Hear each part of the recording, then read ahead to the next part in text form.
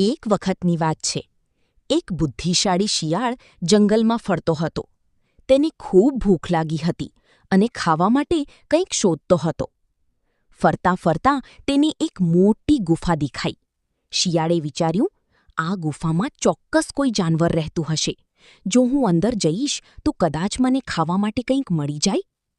પણ શિયાળ બહુ ચતુર હતો. તે સીધો અંદર ગયો નહીં.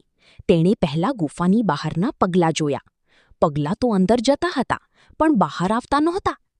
શિયાળ તરત સમજી ગયો કે આ ગુફામાં કોઈ ખતરનાક જાનવર હશે, જે અંદર આવતા પ્રાણીઓને ખાઈ જાય છે. તેણે એક યુક્તિ કરી. શિયાળ ગુફાના બહાર ઊભો રહીને બોલ્યો, અરે ગુફા, તું રોજ મને બોલાવીને અંદર લેતી હતી. આજે કેમ શાંત છે?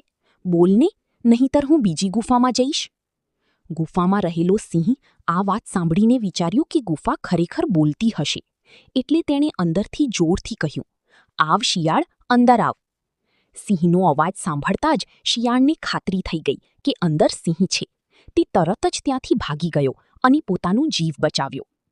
શીખ, મોરલ: સમજદારી અને સાવચેતી રાખવાથી મોટી મુશ્કેલીમાંથી પણ બચી શકાય છે.